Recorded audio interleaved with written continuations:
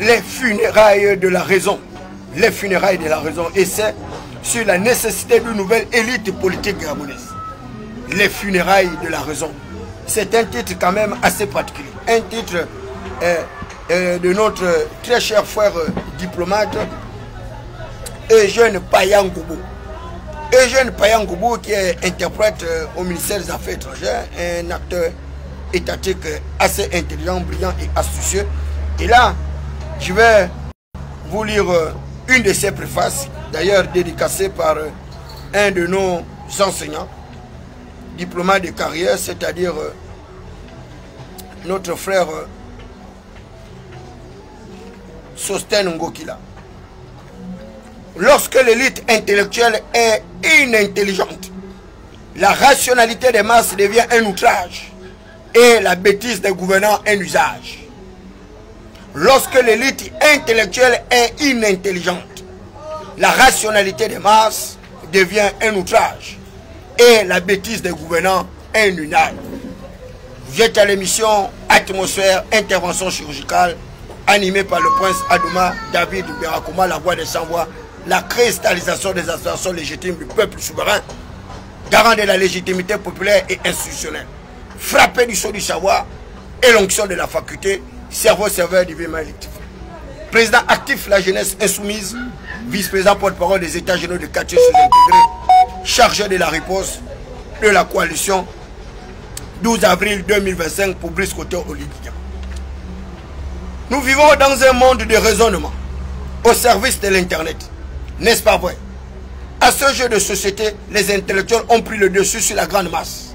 Cependant, les vieux savants d'hier qui ont construit les pyramides, découvert des remèdes de toutes sortes ou fabriqué des machines, les unes plus performantes que les autres, ont été valablement remplacées par une élite, jeune apparemment plus instruite. Dans ce monde hyper connecté, la gouvernance ne semble pas avoir de secret pour cette masse. Dans mon pays, par exemple, depuis l'indépendance, jamais la jeunesse n'aura été au service de la nation. Comme depuis la décennie 2010, lorsque le chef d'État gabonais a appelé autour de lui une jeunesse outrancièrement intelligente et ambitieuse. Le gouvernement, l'administration, les agences spécialisées, les sociétés para-étatiques, aucun secteur n'avait été oublié, épargné par ce tsunami. La décennie jusqu'à l'émergence sociétale prévue pour 2025 leur a été dédiée. Nous sommes donc passés de la jeunesse sacrée du président Omar Bongo Ondimba à la jeunesse consacrée de son successeur et fils Ali Bongo Ondimba.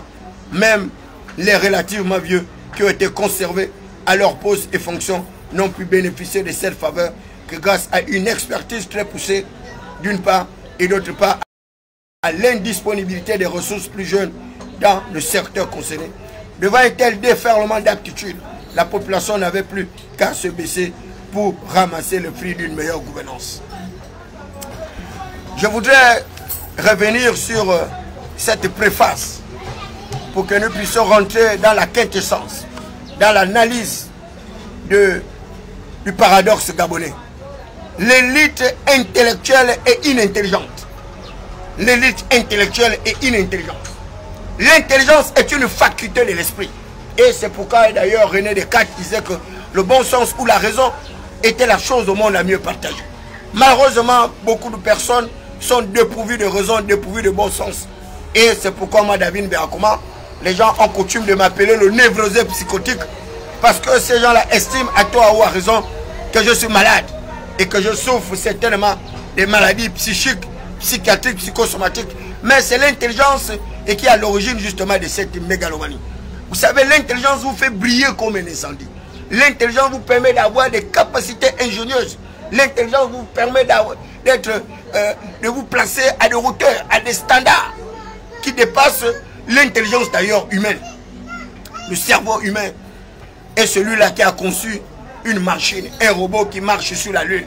Modibo Diarra ou Modibo Keïta, qui est d'abord de la nationalité malienne. Le Mali, un pays les moins avancés du monde, le Mali, considéré comme un pays pauvre, très endetté. Mais à l'intérieur du Mali, on a trouvé un Modibo, un Malien qui a pu concevoir un robot qui marche sur la lune. Et ce Malien-là a pu se retrouver à la NASA, au milieu d'autres intelligences. L'Amérique suprématique, l'Amérique hégémonique, l'Amérique supra-internationale. Cette Amérique qui gouverne justement les peuples du monde avec aujourd'hui Donald Trump et qui a pris une loi interdisant les dirigeants africains de faire en sorte que leurs fils puissent aller apprendre dans les universités d'Oxford et autres. Et c'est une véritable avancée, sinon une apogée. Voilà des dirigeants africains où les populations vivent dans l'extrême misère et pauvreté. Ils arrivent à envoyer leurs enfants apprendre à Oxford, apprendre à la Sorbonne, apprendre dans les universités les plus prestigieuses de l'humanité. Et ils arrivent à reproduire le même système de caste. Pendant ce temps, les enfants des quartiers malfamés, les enfants des fils de prolétaires, eh bien, apprennent dans les universités de seconde zone électorale, comme l'université Omar Bongo Deba. Et cette élite intellectuelle qui devait être le véritable levier de croissance, qui devait être l'impulseur, le stimulateur d'une véritable rénovation de notre système éducatif, malheureusement, eh bien, cette élite-là a trouvé leur compte. Et nous nous retrouvons avec une élite corrompue, incapable de défendre les intérêts du plus grand nombre de personnes. Et vous voyez bien cette élite aujourd'hui se battre comme des chiffonniers pour la conquête d'un pouvoir dont ils n'ont pas les capacités requises, les capacités cognitives pour pouvoir espérer être au sommet de l'État. C'est tout le même dommage et regrettable. Et c'est pourquoi cet auteur parle de l'élite intellectuelle inintelligible. L'élite intellectuelle inintelligible. La rationalité des masses devient un outrage. La rationalité est un principe élémentaire, justement, de l'économie. La rationalité. Elle consiste en une maximisation de satisfaction avec un minimum de coûts. Et la rationalité doit permettre aux dirigeants d'arriver à une meilleure gouvernance, un meilleur partage de nos dividendes de plus-value. Malheureusement, les peuples africains, les dirigeants africains sont des gaspilleurs. Ils gaspillent les ressources humaines, ils gaspillent le temps, ils gaspillent l'argent. Et même notre pays n'a pas pu échapper même à l'ère de cette transition. Imaginez un seul instant, un pays qui est en train de rechercher justement à mettre en place des politiques publiques de relance de la croissance économique doit arriver à rationaliser les ressources financières. Et c'est encore ce petit pays, le Gabon, au départ avec 26 ministres, qui s'est retrouvé à la fin avec 43 ministres. À la fin de la transition, avec 2 ministres d'État, un vice-président de la République. C'est un véritable gâchis. Il faut que le chef de l'État qui est engagé dans cette bataille électorale arrive à dire aux Gabonais qu'une fois élu, ce 12 avril prochain, eh bien, le chef de l'État va arriver à la rationalité. La rationalisation. Maximiser les satisfactions avec le minimum de coûts. C'est cela la rationalité. Et l'auteur dit bien, cette rationalité de masse devient un outrage. Un outrage. Vous savez, les outrages peuvent être classifiés de plusieurs ordres. Lorsqu'on dit que David Berakouma est un outrageur, l'outrage, c'est le refus, c'est une injure, une insulte, un mépris. Lorsque vous avez les forces de défense et de sécurité et que vous n'arrivez pas à leur accorder le privilège dû à leur statut et que vous arrivez à les mépriser comme vous méprisez un magistrat, vous arrivez à vilipender, et bien vous apportez là un outrage. Et les outrages sont réprimés par le code pénal. Et c'est pourquoi il parle de la rationalité des masses devient un outrage. Donc une impossibilité, une improbabilité. Et la bêtise des gouvernants, un usage. La bêtise des gouvernants, un usage. La bêtise des gouvernants, un usage. Mon père Ecclésiaste, le précurseur des énergies alternatives non renouvelables, c'est-à-dire les énergies cervicales, disait qu'il avait vu comme une espèce d'injustice de la part de celui qui gouvernait. Que la folie occupait le lieu très élevé. Pendant que les esclaves étaient sur les chevaux, les rois marchaient par terre. Et par conséquent, tous les fondements de la terre étaient renversés. Et il posait la sempiternelle question de savoir que feront les justes si tous les fondements de la terre étaient renversés. Eh bien, il répond que les justes iront se réfugier à la montagne de l'Éternel. Parce que la montagne de l'Éternel ne fléchira jamais. La pierre qui avait été rejetée par les bâtisseurs, elle deviendra la principale de l'angle. Elle sera un rocher de scandale pour ceux qui n'ont pas cru. Mais pour ceux qui auront cru, il leur donnera le pouvoir de marcher sur les serpents et les scorpions et de marcher sur toute la puissance de l'ennemi. L'homme a l'intelligence d'un sot qui vient de sottise. Il est donc comme le petit d'un âne sauvage. Vous êtes à l'émission Atmosphère, intervention chirurgicale matinale avec David Biakoma, le prince Adouma. Je vais également vous rappeler l'une des dispositions de notre statut général de la fonction publique. Notre code de conduite, le statut général de la fonction publique. Et dans un de ces articles, l'article 77, stipule que tout fonctionnaire est placé dans une des 5 positions suivantes. L'activité, c'est-à-dire être en activité comme David Biakoma. Et c'est pourquoi on nous traite d'activistes, parce que nous avons une pluralité d'activités. Donc l'activiste ne doit pas être confondu avec des activistes outranciers, des activistes mercantilistes épicuriens, des activistes contestataires et autres insultateurs. Non, non, non, non. David Biakoma est bien vrai, exerce plusieurs activités, mais je suis loin d'être un activiste comme les activistes des bas quartiers, des quartiers malfamés. Je fais de l'activiste rationalisé. De l'activiste qui doit me permettre justement d'arriver à une certaine moralisation de la vie publique. Donc tout fonctionnaire est placé dans une des 5 positions suivantes. L'activité, le détachement, hors cadre, en disponibilité et sous le drapeau. En disponibilité et sous le drapeau. Et c'est cela qu'intervient justement le processus de candidature de Brice Koto Oliguyema, qui doit d'ailleurs être placé en disponibilité. Et c'est quoi la disponibilité? La disponibilité.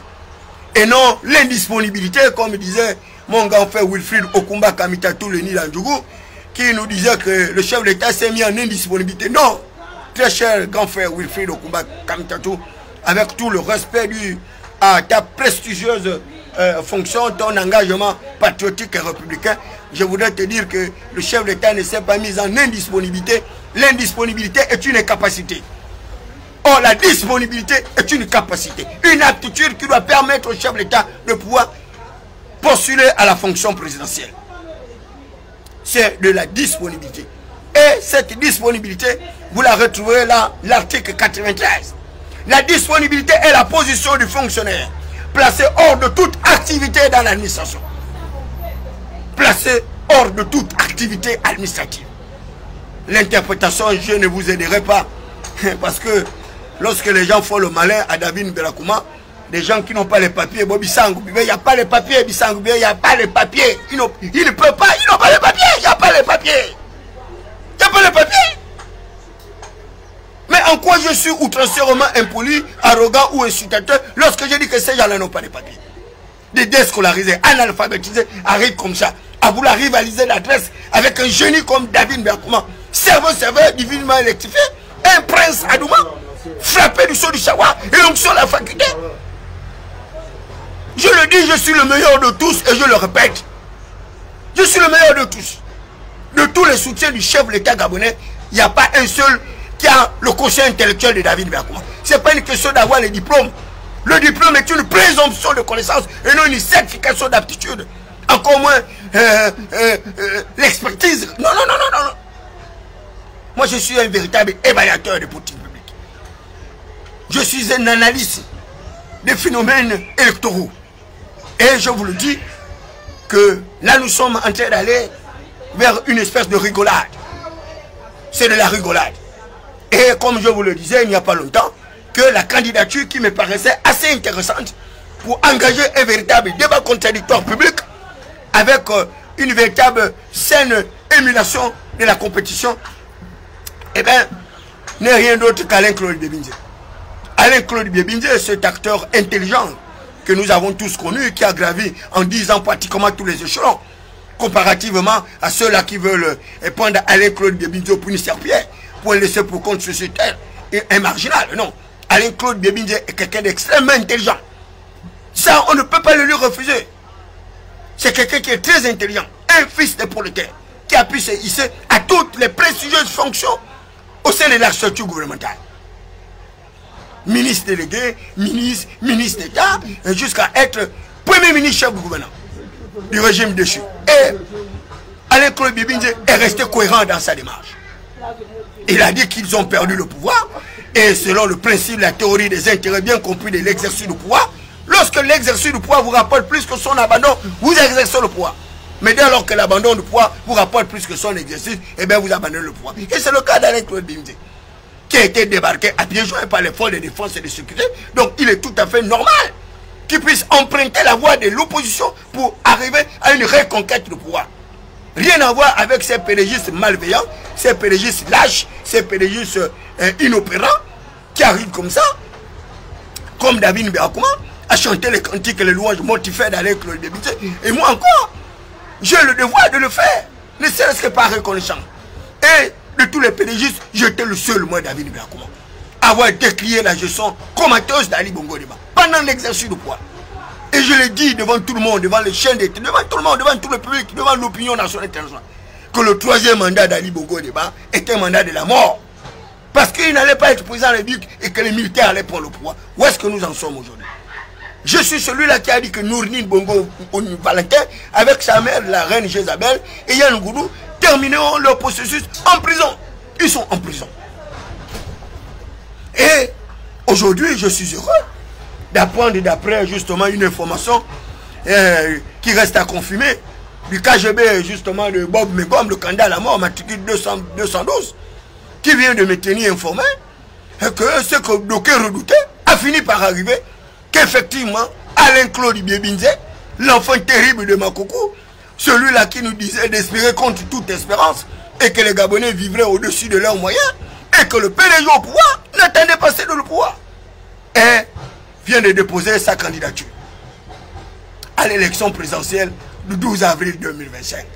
C'est maintenant là que la véritable bataille électorale va commencer.